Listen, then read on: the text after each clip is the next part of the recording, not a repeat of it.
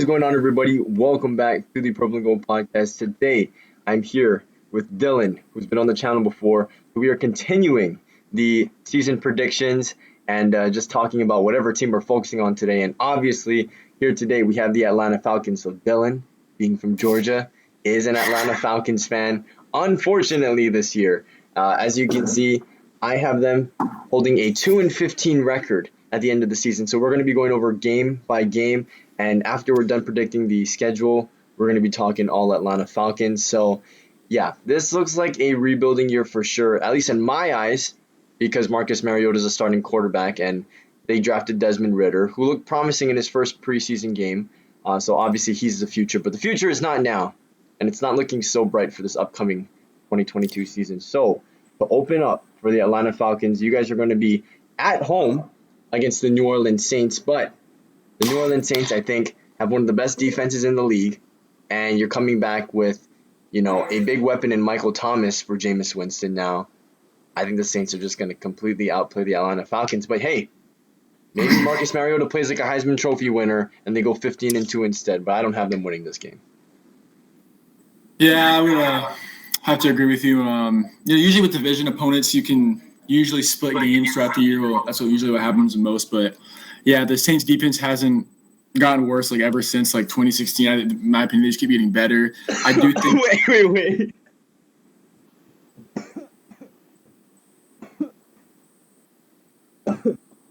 Sorry. Choking on that 25-point lead. Anyway, keep going. Shut up.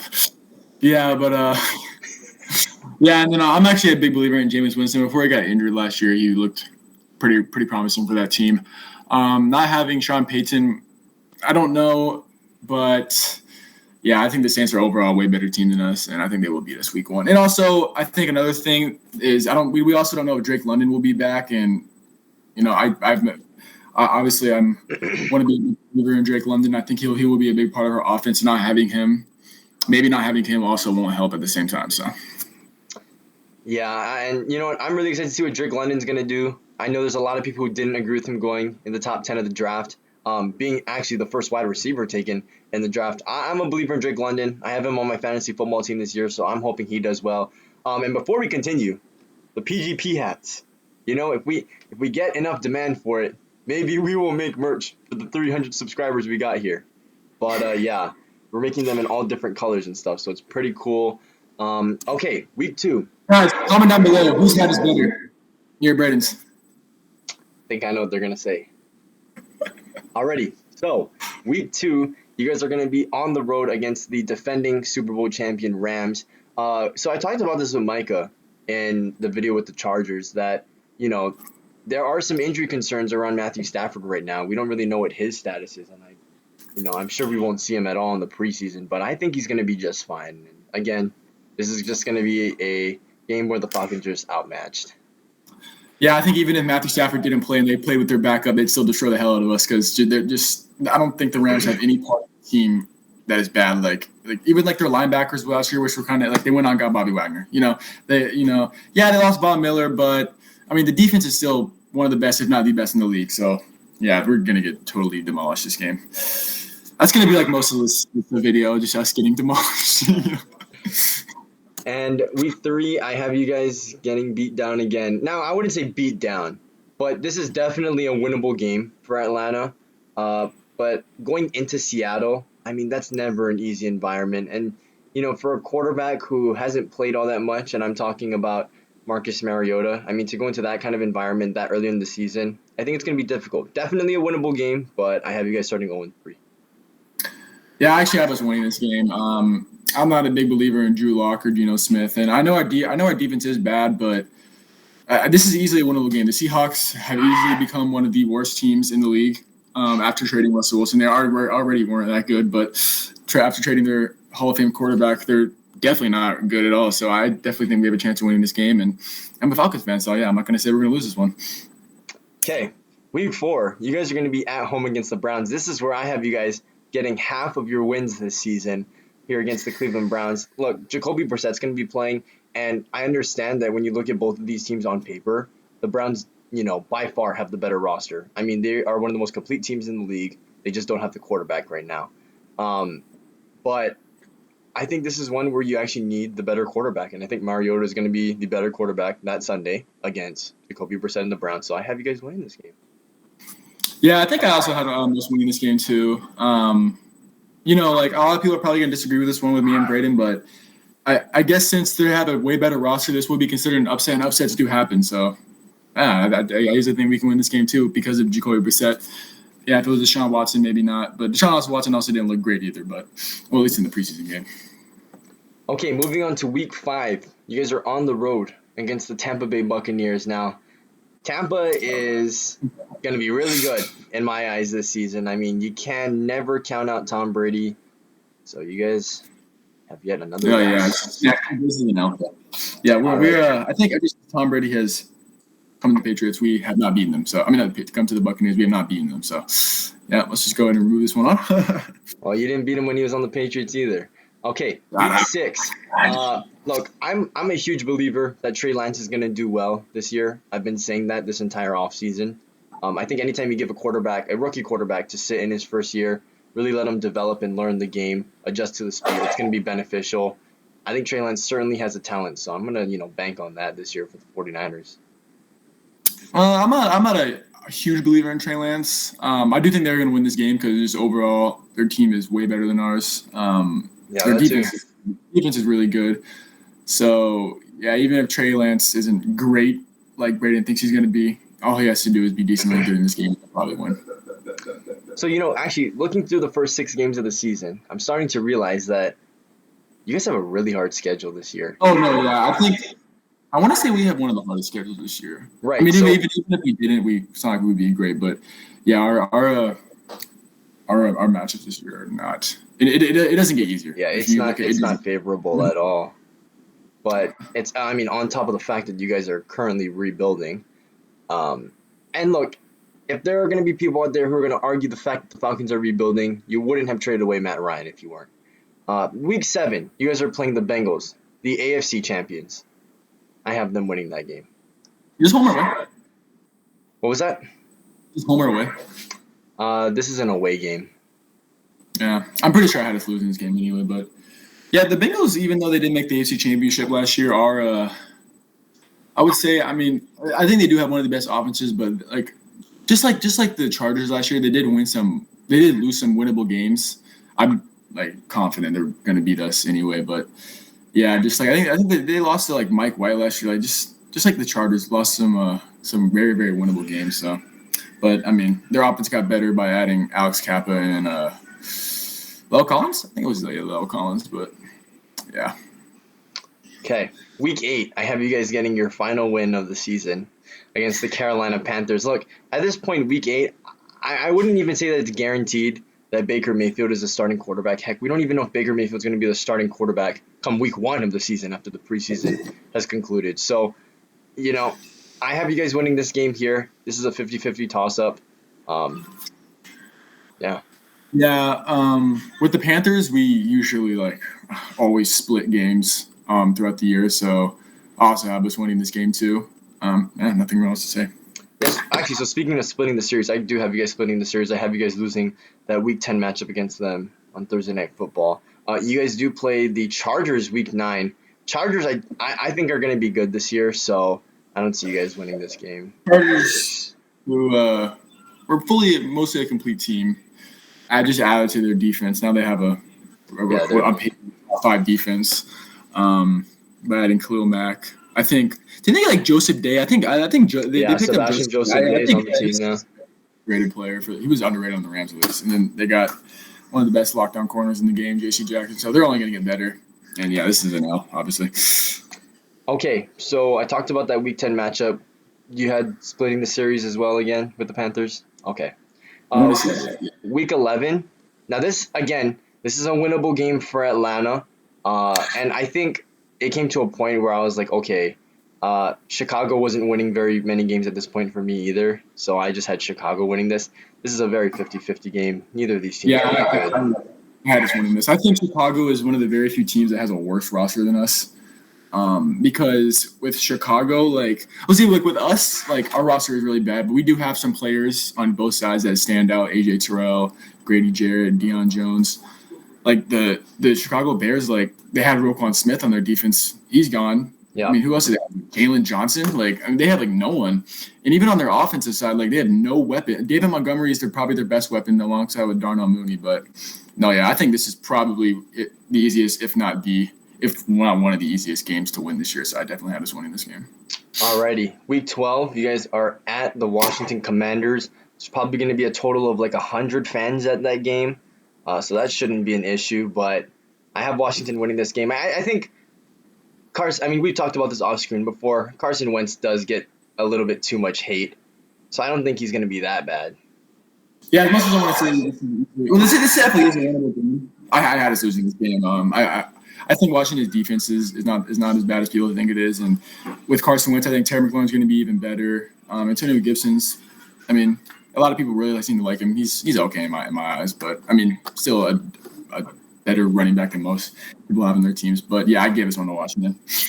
Okay, again, yeah, like you said, I'm going to repeat it. This is a winnable game. So, really, the Falcons, I think, will have more than 2 wins. This is bad predicting on my part, but I mean, it wouldn't hurt to have the first pick, I guess, if you're going to be trash, Yeah. But I mean, I know we're not going to be good. Like last year, I thought we were going to be bad, and I think we squeaked out like 7 or 8 wins. Like, right. I mean, our schedule was way easier last year.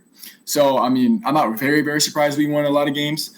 But, I mean, if we came out with like 4 or 5 wins, like, I mean, that is terrible. Like, that's terrible. But, I mean, Braden with 2, I think 2's a little low. Now, it could have happened, of course, but I do think 2's a little low. I do think it is a little low when I look at it, when it's all said and done. Because, like I said, a lot of these 50-50 toss-up games, I didn't give to the Atlanta Falcons. And Arthur Smith is actually a really good coach. So yeah, which is surprising because last season we actually won a lot of 50-50 games. I think we won like 3 games on game-winning field goals last season. I mean, because Youngwick was right. The best. I factored all the stuff that you just talked about, where like the schedule was easier. You had Matt Ryan under center. Yeah, no, Matt Ryan is underrated. Like people, I mean, he's not great. He's not as great as he used to be. But like, I think he's going to be great for the Colts. I think they're going to make the Super Bowl. No, but in my opinion, they will definitely they should make the playoffs. I think that was a great trade for them. Okay, we are on to week 13 now. You guys play the Steelers. Again, this is another one that it's a winnable game. But I think that defense is going to improve as a unit this season for the Steelers. And Mike Tomlin's just a great coach. So. Yeah, and even if one, the roster is better. We'll definitely get out coach this game. Mike Tomlin's great. Like you said, because like you were talking about Seattle. Like I know Seattle's hard to play in, but I think this is a way harder game to win than Seattle. I think the Steelers definitely. Defense, At this point in the season, is way better. Yeah, their quarterback issues are kind of bad, but I mean, they made the playoffs last year with what? Did they make the playoffs? They made it last year with Big Ben. Yeah, they did. He was absolutely terrible last year. The season before, they went 11-0 with Big Ben, and Big Ben wasn't good either. So, if you have great coach, good defense, you'll at least win games. Not having a good quarterback won't give you the Super Bowl, but good coach, good defense will definitely win you the games, and that's where the Steelers are going to win this one. Okay, so we are heading to week 15 now. You guys play the Saints again. I think the Saints are going to be a playoff team this year. At least I think I have them. If not, they're going to have more wins than losses. I don't remember where I had them exactly, but Saints are just better than you guys this year. Yeah, I think I give the win on this one because with divisions, it's kind of hard to predict. Yeah, the Saints are obviously. The Saints are obviously the Saints are obviously a better team than us. I'm not like all these people are like, oh, why'd you get the Saints? They're obviously a better team than us. But with division opponents, you never know. You never know. We beat the Saints last year, and I didn't think we were going to beat the Saints last year. So I think this is my 5th win of the season for us. I think this is my final win for the Falcons this year. Okay, so we're closing out the year against Baltimore, Arizona, and Tampa Bay. So you have all 3 of these as losses. Okay, me too. I do want to say, if Kyler Murray plays like he does every single year at the end of the season, maybe could squeak a win out. I doubt it. I think Arizona is just a better team than us. I do think that for like a weird reason, I think they're going downhill. Though. I think they are like. Kyler Murray is a great quarterback, but I think their roster is definitely going downhill. But I think D-Hop will be back this time, right? He's not up. Oh, yeah. So D-Hop will be back. They will in my prediction, they will win the game. But if Kyler Murray plays like he does every single year at the end of the season, you never know. And then Tampa Bay and Baltimore, I think Baltimore. A lot of people don't talk about Baltimore. I think Lamar is a great quarterback. Their roster is getting better. J.K. Dobbins is going to be back. Hopefully he is decently good after his ACL tear. And then Tampa Bay, Tom Brady. We don't need to talk about that. I definitely agree with you though. Where like the ceiling, I think for this team, probably 5 wins. It won't be anything spectacular. So yeah, I'm gonna say 2 to 5 wins for this Atlanta Falcons team this year. But look, if we're looking on the bright side of things for my predictions, if you guys go 2-15 this year, you will be holding the first overall pick. And this is another discussion that we've had because we always like to talk about our own teams. But I can't see the Falcons taking, a Bryce Young or a CJ Stroud number 1 overall if they had that pick, because they invested a second-round pick into Desmond Ridder already, who's already showing flashes in the preseason. It is just 1 game, but it is something. And, you could bolster up that defense with the number 1 pick. If Will Anderson plays like we all expect him to this year, imagine him with Arnold Ebiketie on the other side. Now you're building a defensive front that's going to scare some teams. So, we can take a lot of positives out of this season because you guys are setting yourselves up for the future with Ridder. So, okay. With that being said, so Dylan, you have them going 5-12 this season. I have them going 2-15. Now we're just gonna strictly just talk about Atlanta Falcons football. So, what are some things that you want to talk about for this team for the upcoming season? Just like you mentioned earlier, obviously we are in a rebuild mode. Trading Matt Ryan away, like you said, was a big hint, But honestly, I feel like this is a good thing for the franchise. We just really haven't been same after the Super Bowl loss. No teams really are the same after a Super Bowl loss. Well, I wouldn't even say that bad because I think we have the worst Super Bowl loss in Super Bowl history. But I mean, honestly, I know we're going to do terrible this year. I expect us to do terrible this year. We're going in the right direction. Kyle Pitts, our 4th overall pick. A lot of people wanted to say that was high for a tight end, and it was. But, I mean, he's already established himself in my eyes as the 5th best tight end in the league. Drake London, I was kind of skeptical on him, but I watched some tape on him, and let's just say he could be a mini Julio Jones. He really could. Obviously, it's hard to be where Julio Jones was for this franchise, but, I mean, the 50-50 ball, he's probably going to come down with the 75% of the time. He's a 75-25 person with that ball. So if we can land on that pick, we're definitely going in the right direction. And I do agree with you with that quarterback take with Bryce Young and CJ Stroud. From what we've seen, they're great quarterbacks. They're great. But, yeah, you're not going to invest a pick that high in a quarterback and just take a new one next year because they just look so good in college. You want to go out and get a Will Anderson who – is honestly a beast from what we've seen so far. If he goes out and does what he did, he's a beast. And, AJ Terrell's a good young player, but honestly, he's really the only young player that we have in that defense so far. So we want to keep on building. Yeah, Grady Jarrett's good, but he's not really that young. He's around I want to say he's 26, 27, around there. But he's a great player. Deion Jones, I don't know how much longer we're going to have Deion Jones. He probably doesn't want to be in Atlanta a bit longer. And Deion Jones, I always thought was an underrated linebacker. I think they had him, we saw a list on him. He was 30, in the linebackers in the league. That's crazy. Deion Jones isn't respected enough, and not a credible source. Yeah, I know that's obviously not a credible source, but I think just in general he's underrated. But yeah, I don't know. I do like the way. I mean, obviously we're in a bad spot, but I like what we're doing with the franchise. I think Arthur Smith is a great head coach. Terry Fontenot is. He's made some pretty good moves in the draft. Free agency for us has been kind of, but who wants to come to Atlanta in the first place? Casey Hayward is a great pickup, so hopefully he can teach the youngins some because he probably obviously won't be there for that long. He's a little bit older, but I want to. What do you think on our franchise so far? I mean, I know we're not in a great spot, but do you think we're going in the right direction?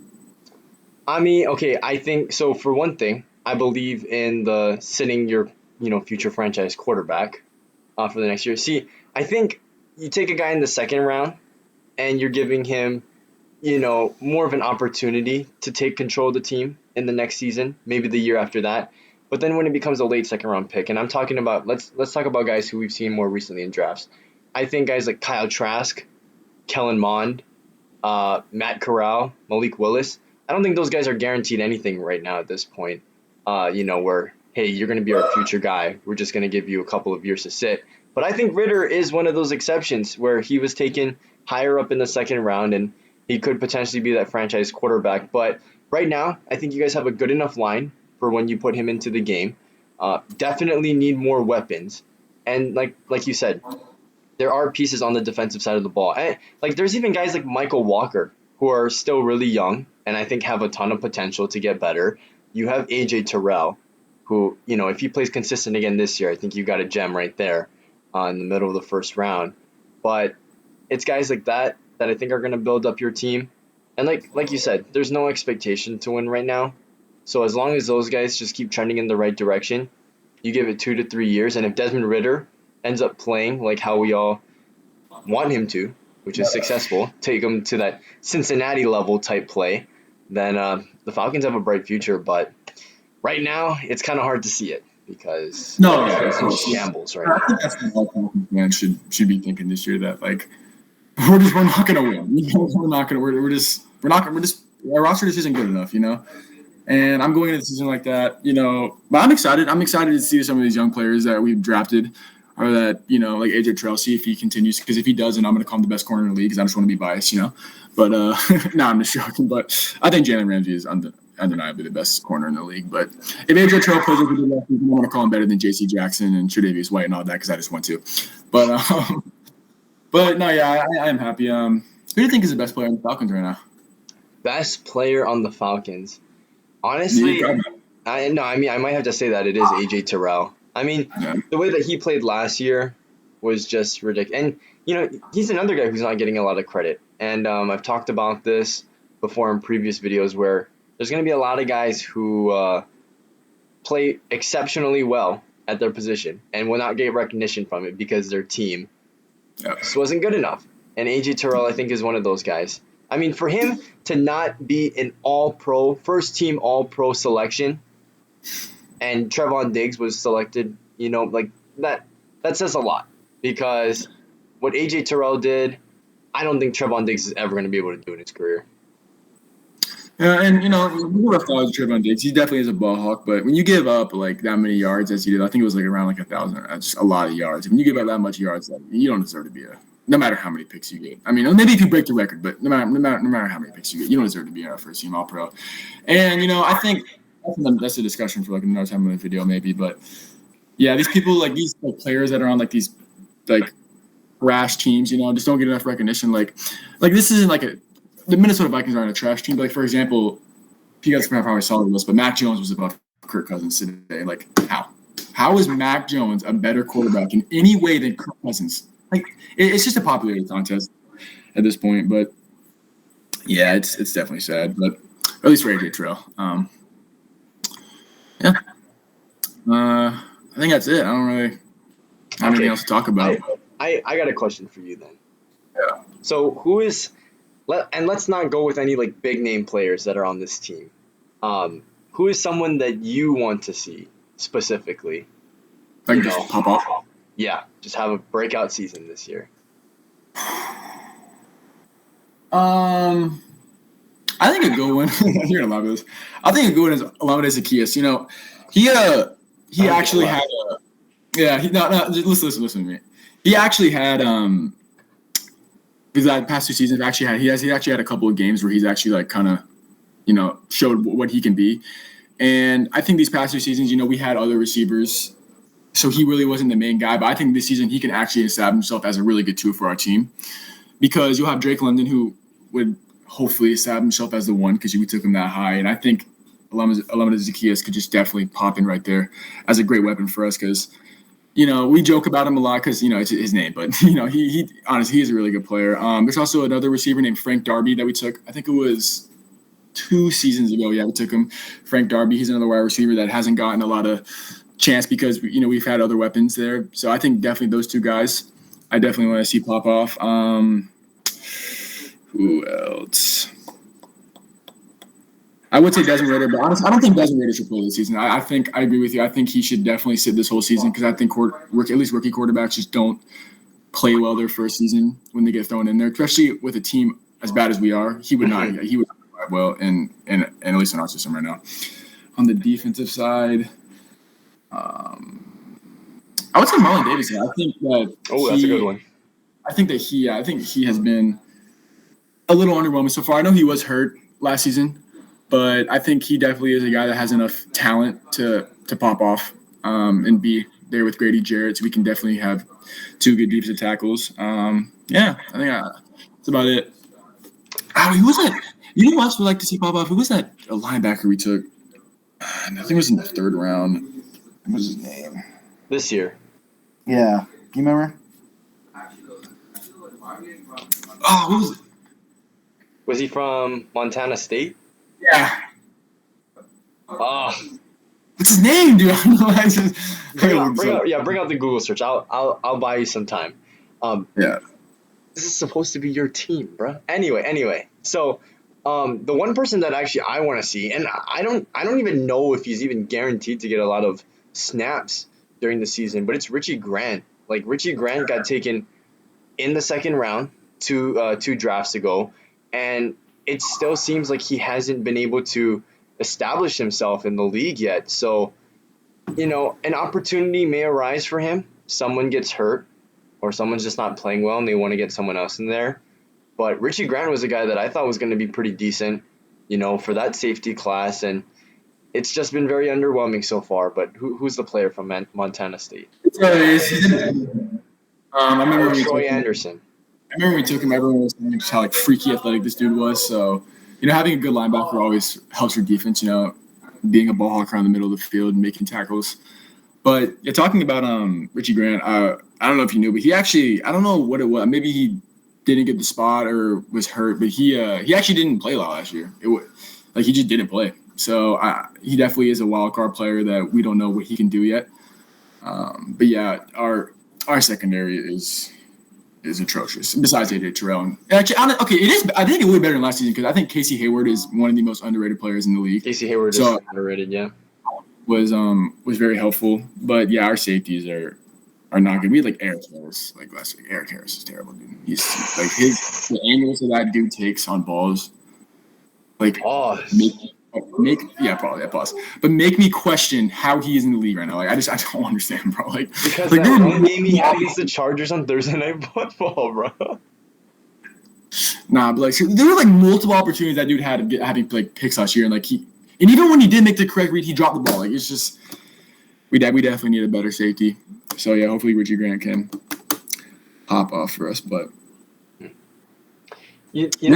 back to the topic of playing quarterbacks and not playing them in their rookie year. I think it is dependent on the team that they have around them because one guy who played exceptionally well in his rookie year was Justin Herbert, but Justin Herbert had he has good weapons around him. That's undeniable. He has Keenan Allen, Mike Williams, and he has a solid offensive line. At the time, it wasn't, but it was good enough where he wasn't going to get killed back there. But then you have the Trevor Lawrences of the world, and yeah, they did have to just throw him in. Now, maybe they could have kept Gardner Minshew and had Gardner play, but that, he's not a starting caliber quarterback in this league. But, to see Trevor not produce at a high level last year, was that surprising to anyone? No. And, I still think Trevor Lawrence is going to be a great quarterback, but to throw him into that dumpster fire, I just don't think that's beneficial in any way.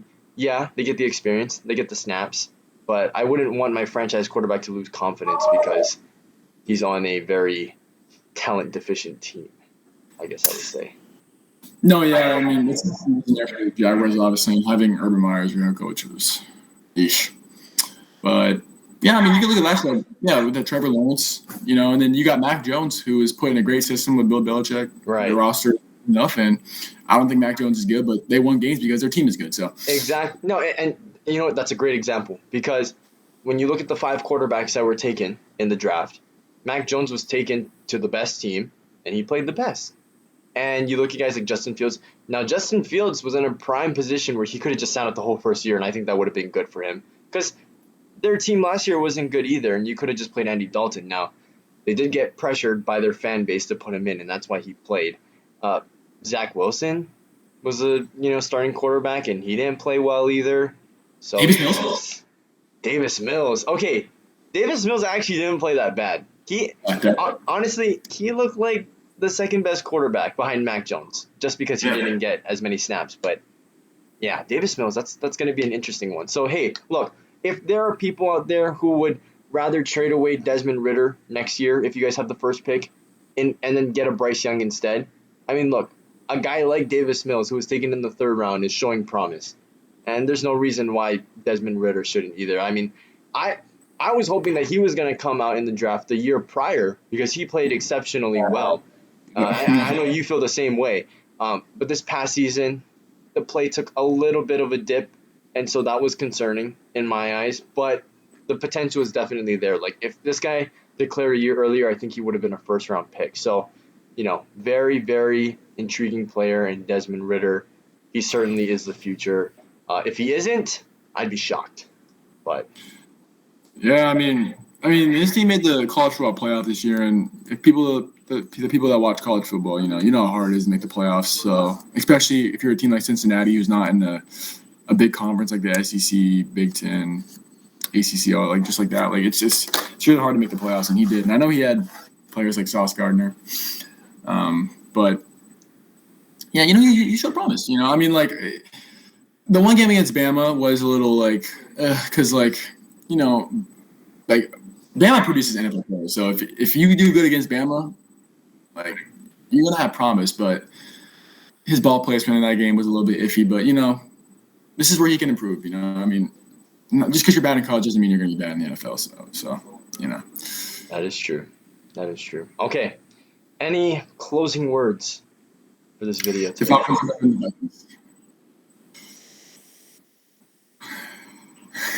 Well, you guys did beat us the last time we played you. So, okay. Anyway, Purple and Gold Podcast. See you guys all later. Peace.